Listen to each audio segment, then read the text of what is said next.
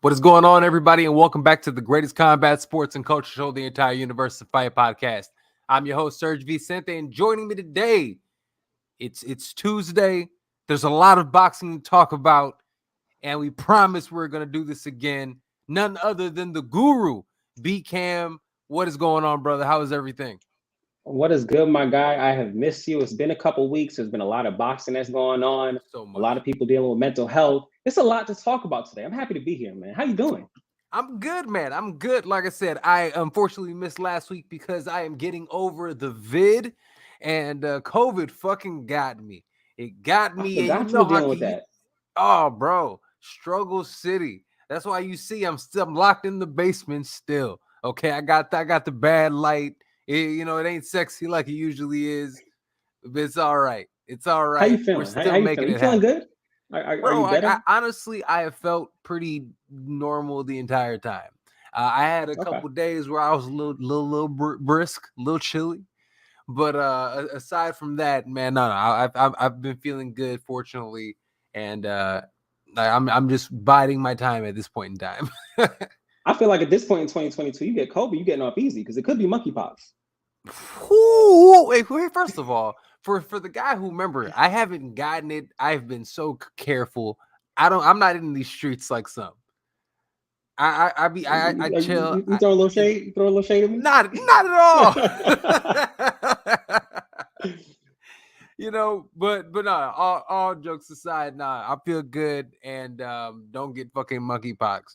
I'm actually vaccinated. Terrible. From monkeypox? Yeah. Oh, good for you, man. You in these streets. You got to make sure you safe. I was not playing that at all. That's crazy. It's wild out here, man. But all right, check it out. A lot of boxing to get into. And what I do want to start off with, before we even get into the fights and recap and everything, Adrian Broner, about Billions or whatever his nickname is nowadays, was supposed to fight this upcoming weekend. Unfortunately, he has withdrawn from that fight, but the fight and the fight card will go on.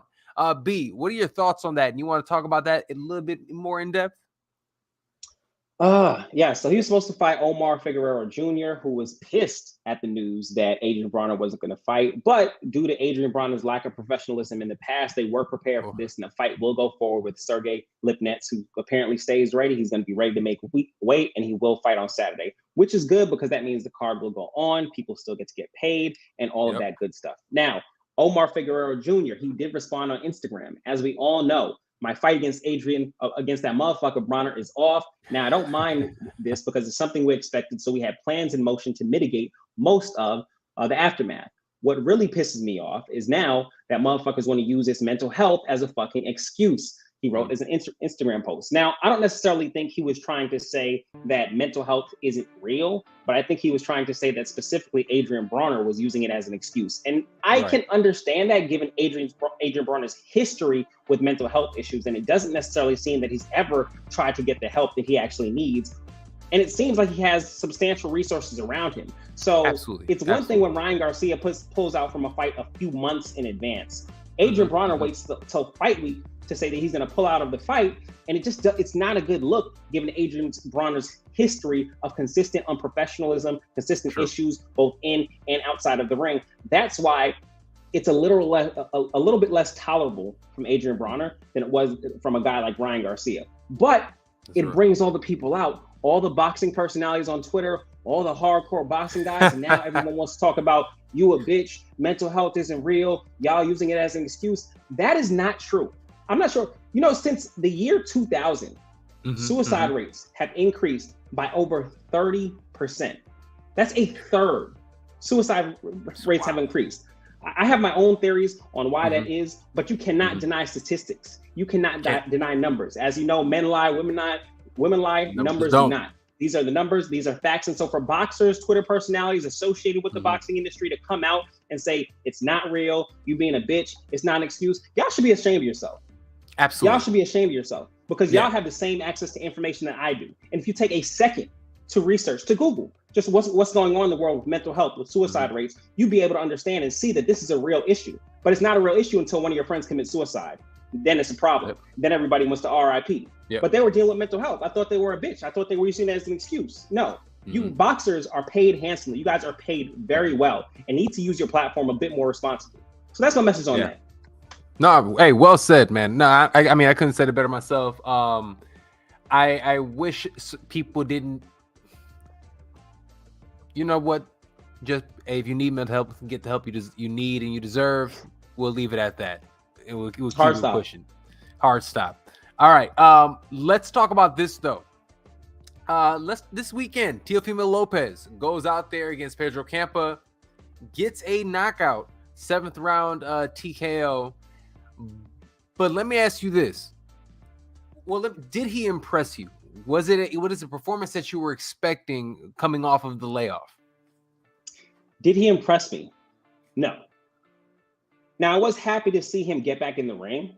I was happy to see him showboat a little bit, have some fun in there. Yeah. I'm not necessarily sure he was going for the early knockout. I think coming back, he wanted to get some rounds under his belt. He gets the seventh round TKO. His reflexes look good, but I think the biggest concern, I thought his distance looked good. The biggest concern from everyone was his power.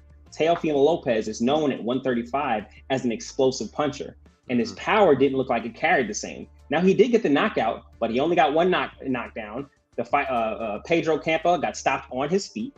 And so you wonder, what is that going to look like against actual competitions? Because let's be real, Campa was served up as a sacrificial lamb. And that's what happens sometimes. He put on a good effort. He showed up. He got his paycheck, and he gets to move on. He did his job. He absolutely did his job. But against the top names in the division, you think Regis Prograis, you think Josh Taylor, you think Ryan Garcia. Will he be able to put on that same type of performance? I'm not necessarily sure, because I wouldn't pick him as the winner against any of those names. And I'm sure I know I forgot a few names in the division. I'll look them up here in a second. But he looked good enough for he looked good enough for a comeback fight. Does he look good enough to win a title in the division? I'm not sure I'm going to say that yet.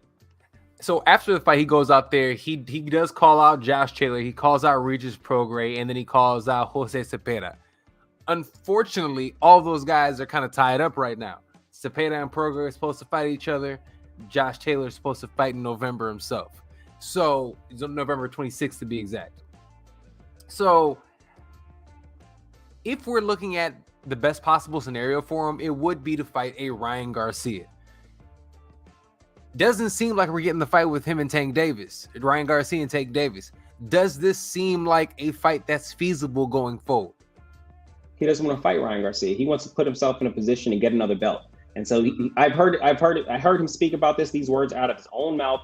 Ryan Garcia will be there. He thinks the money will take care of himself. The Teofimo Lopez wants another belt in the division. That's nothing to say he's ducking Ryan Garcia. It's okay as a boxer to say, I want a belt. As fans, we want to see the Ryan Garcia fight. So it is disappointing to hear that. But hey, if he's going to go after a belt, he can do that. But once he gets a belt, I don't want to hear this type of shit. You're going to have to go into the big fights.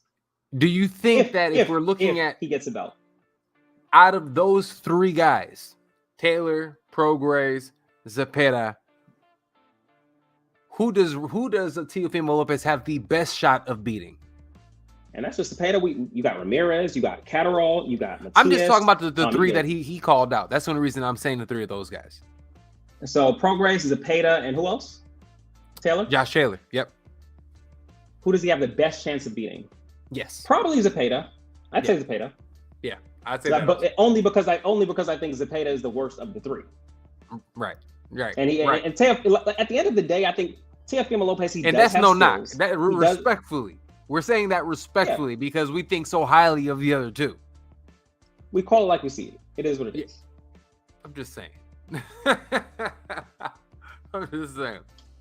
Well, look, I'll be honest with you. I wasn't blown away by this performance. You know, it was one of those that I watched it and it didn't, like you said, there are certain things that happened in the fight that I did like. I like the fact that he seemed like he was having a little bit of fun again. I like the fact that I think that's what it was. I like the fact that he was having a lot of fun and seeing that he actually did get the finish as well, but he looked small. he looked really small there, and all I can think of, I don't see him getting away with those same type of things against somebody who is bigger and more athletic like a Regis Prograis. Like, I don't see him beating the upper echelon guys at 140 at this point in time. I think he's in a weird, like, tweener position. At the end of the day, he didn't get beat up, but he didn't. No, is he going to be able to take those types of punches from the best in the division?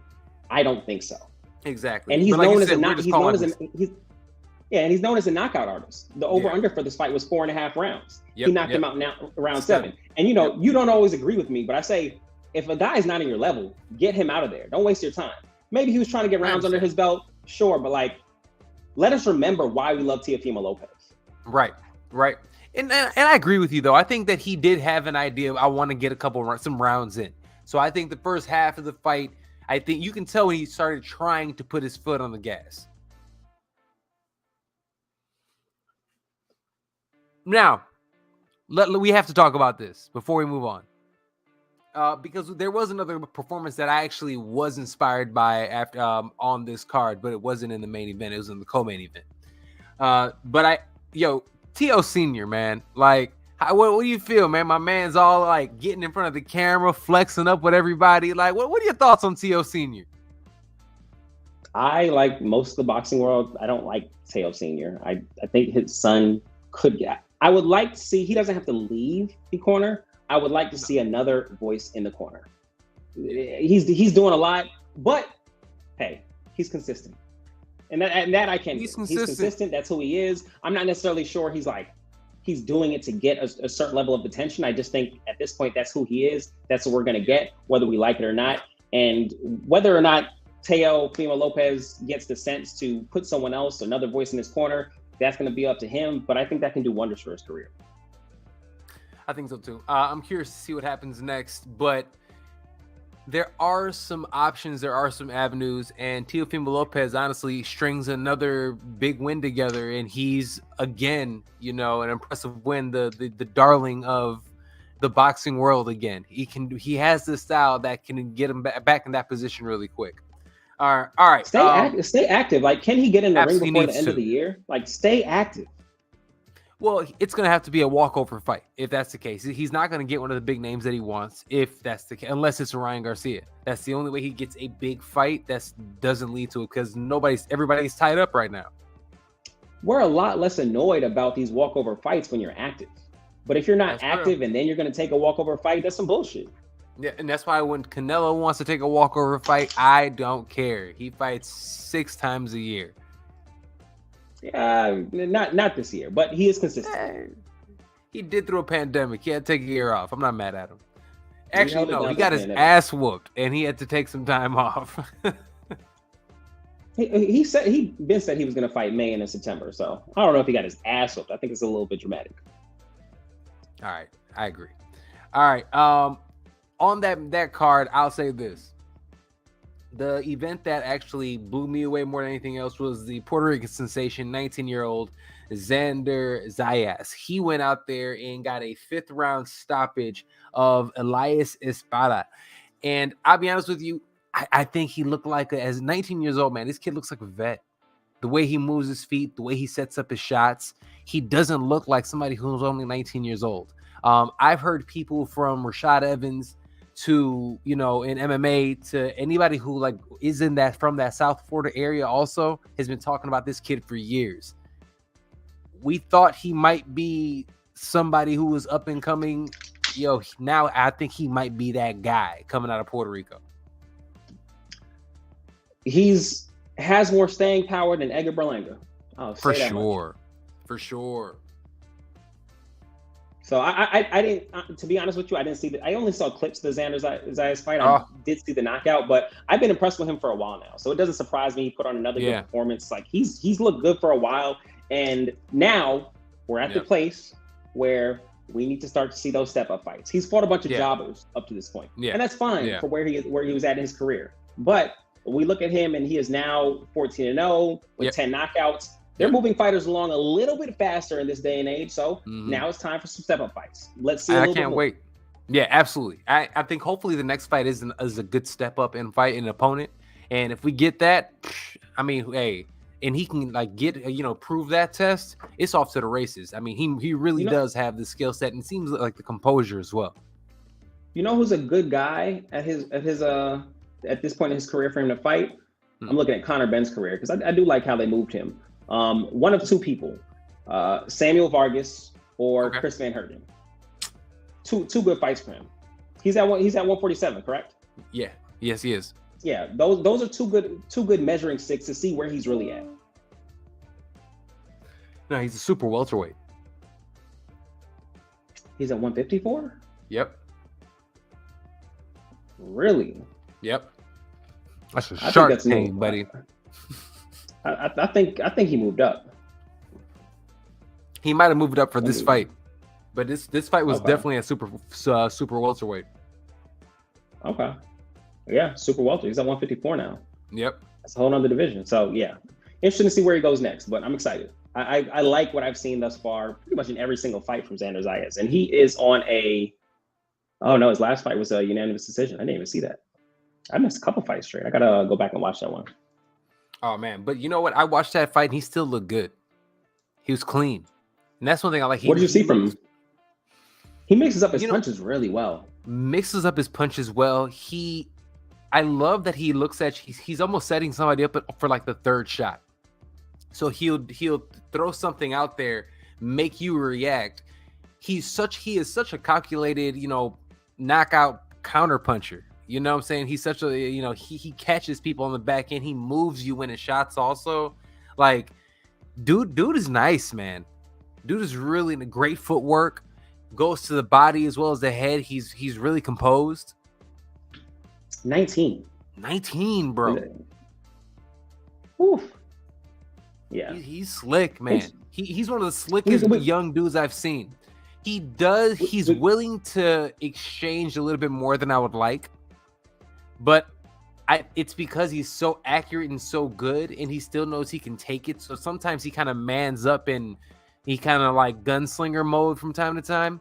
But he's really good defensively as well. And then he also lands 50% of all of his power shots as well.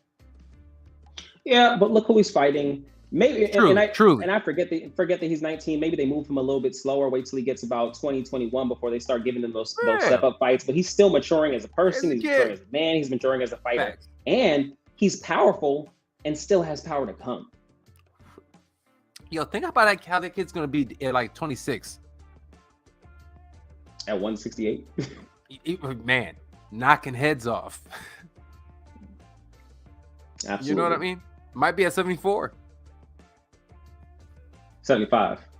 Or 75, I'm sorry.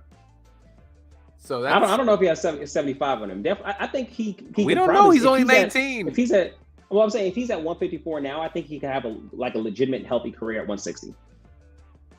That's real. I can see that. That'd be scary, though. It'd be terrifying. Get a little muscle on him. Like, I'm excited for that. With that skill set, adds a little bit more pop.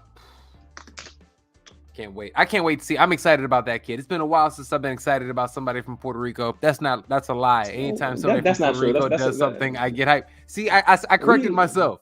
I stopped myself before I went further. Both you and I were bamboozled, nigga, and we were on that Edgar Berlanga hype train. Oh man, bro. I got a few stops to go. Oh, absolutely. 1000%.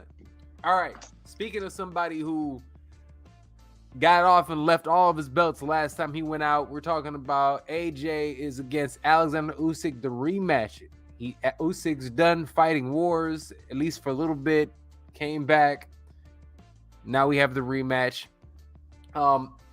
This is a lot has changed. Obviously, Usyk, if we see him physically, he has, grown into his heavyweight body. He's been lifting and eating, you can tell. And then on the other hand, you have AJ, who went to a completely different camp. And, is training in with, I'm sorry, I'm missing his name. Garcia. Robert Garcia. He's training with the great Robert Garcia. My apologies. So there's so much really has changed in this time.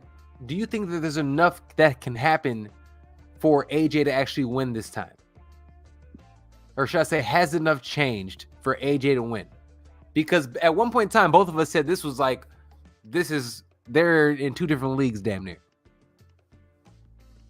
I am not a big fan of changing trainers before a big fight. Okay. No.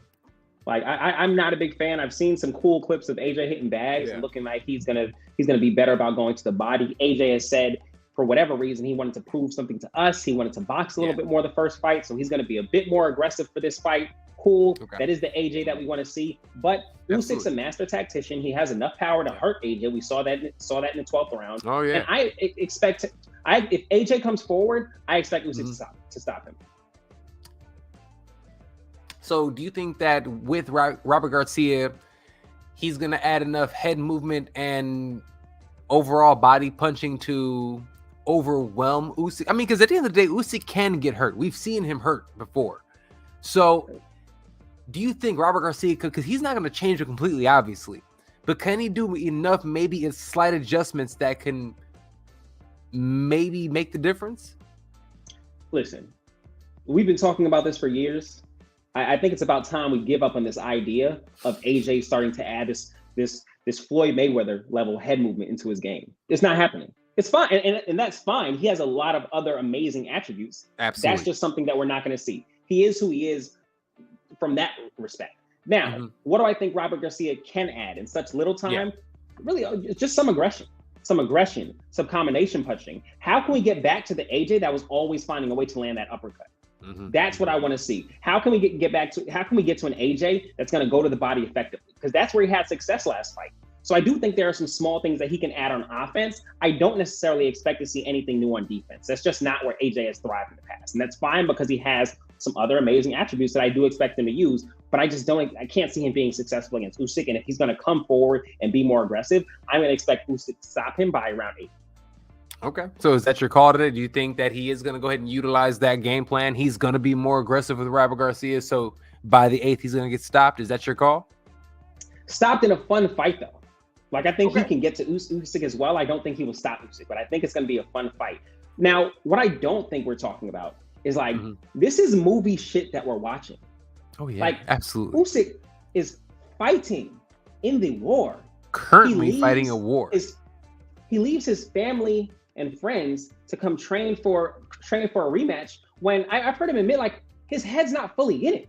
Right, absolutely. That's heavy. We talk about mental health. Heavy. He's dealing with a lot right now.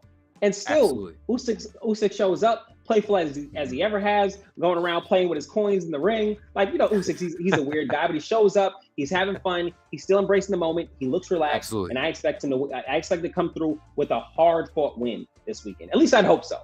If it's hard fought, it makes it a fun day for all of us. I really wanted to come in here and make such a case for Anthony Joshua because I think I've given him a hard time in the past, but I generally think he's a good dude and he's a very good boxer. He's an upper echelon, especially of a heavyweight caliber, I'll say. So he's a guy you want to kind of pull for.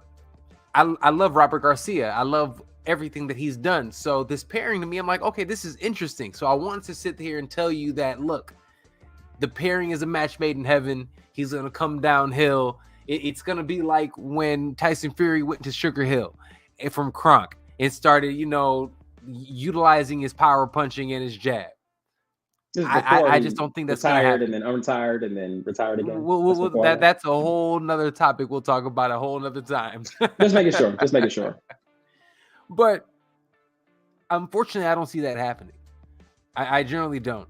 I'm with you. I think Usyk is laterally too good. I think he has amazing footwork, and I think that he is going to eventually get the hard forward charging Anthony Joshua out of there. You say 8, you know what?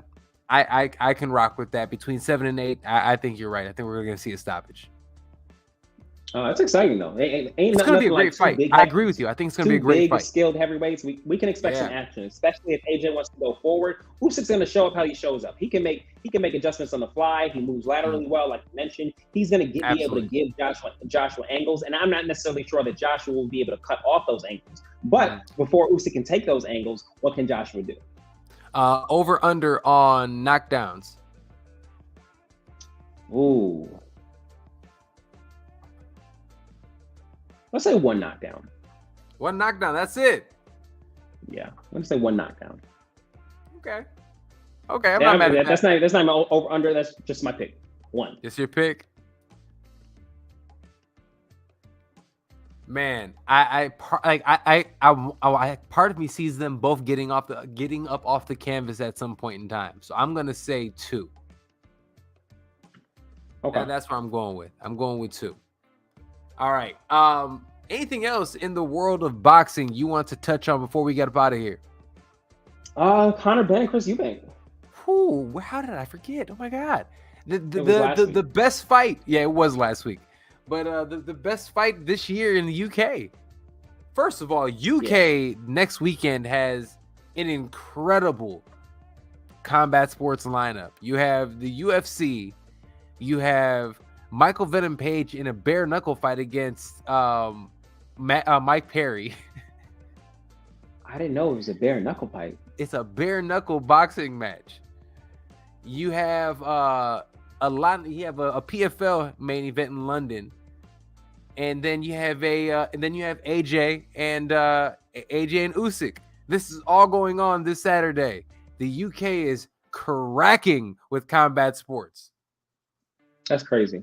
I mean, honestly, this weekend, AJ and Usman alone, I'm happy there. Everything else is just icing at that point. Yeah. And we're talking about one of these days where I get to piss everybody off because I will be watching boxing all day because the main event for AJ, that's going to go off around 4 p.m. Eastern Standard Time. Absolutely. And then we get a normal, midnight-ish, latest fuck start for the UFC. That's fine. But this is going to extend all day. I'll be a very happy man by the time I go to sleep on Saturday. Oh, it's going to be a great day. Saturday is one of my favorite type of days. And look, if you like what you heard here, make sure you do me a favor. Like, share, subscribe to the Fight Podcast. This has been the Guru's Corner, where we talk all things boxing, this week in boxing with the guru himself, CAMM. Brother, thank you so much, man. My God, we got to come back next week and break this all down.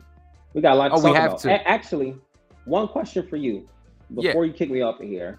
What can I expect from the Usman Edwards fight this weekend? I know you. I don't even know if you made your picks. You made your picks public yet? I have not made my picks public yet. Look, I'll be honest with you. I have been going back and forth about this. It's very easy for me to sit there and say, "Yo, it's gonna be Usman's gonna run him over. He's been running everybody over." I'll be very honest with you. Nobody has run over Leon Edwards. Leon Edwards has gotten better and better. I think this is going to be a much closer fight. Look, do I lean Usman? Yes. Do I honestly believe that Leon Edwards has more than a shot to win, and I wouldn't be surprised if he won? That would be true also. Now, will we see the final bell? If Usman wins, yes.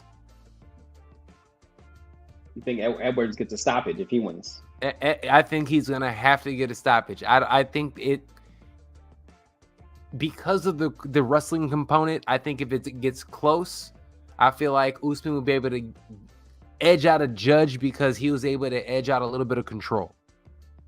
Okay. You know what I'm saying? So that's why I would give it to that. So I think if he gets it, he's going to have to stop him or just whoop his ass for 5 rounds. I think Leon Edwards might be that dude though. Come on, man, my man Jamaican, he ain't playing, yo. But I mean, what I didn't see what the first fight looked like. What did that look like for Usman? It was a very competitive fight. Usman definitely ended up, wearing on him. By the 3rd round, you can see it was Usman's fight. Leon Edwards never gave up. Leon Edwards was probably doing the better on the feet. Strike numbers, if you actually look at the striking numbers after the fact, Usman had a lot more strikes, but it's because all of them were from ground and pound. But he never really hurt, Leon Edwards at any point in time. He really was controlling them, So it's I'll put it like this: it didn't seem like their skills were that far off. That's what it felt like. It seems like they were really close. And if you think about it in that regard, and you think about how Leon Edwards hasn't lost since then, you'll be like, oh, okay, like it might be more interesting than I think people give him credit for. People hate on Leon Edwards, so it's easy to be like, oh, he's gonna get washed. Like, I think Leon's actually kind of dope. I like Leon Edwards. I think he gets a lot of hate off of that beef with Masvidal. Yeah, absolutely. He absolutely does, because he got 3-piece in the soda. People kind of shit on him, but I'll be honest with you. I think he's fantastic, and I think he has a legitimate chance of winning that fight. Yeah. Okay. We will talk about it next week. Absolutely. All right, everybody else, make sure you check out the Fight Podcast everywhere podcasting is available: Apple, Google Play, Spotify, SoundCloud, Stitcher. Check us out. Thank you guys so much. We love y'all. We will see you next time. As I'm trying to pull up this, doing too much. There you go. Peace.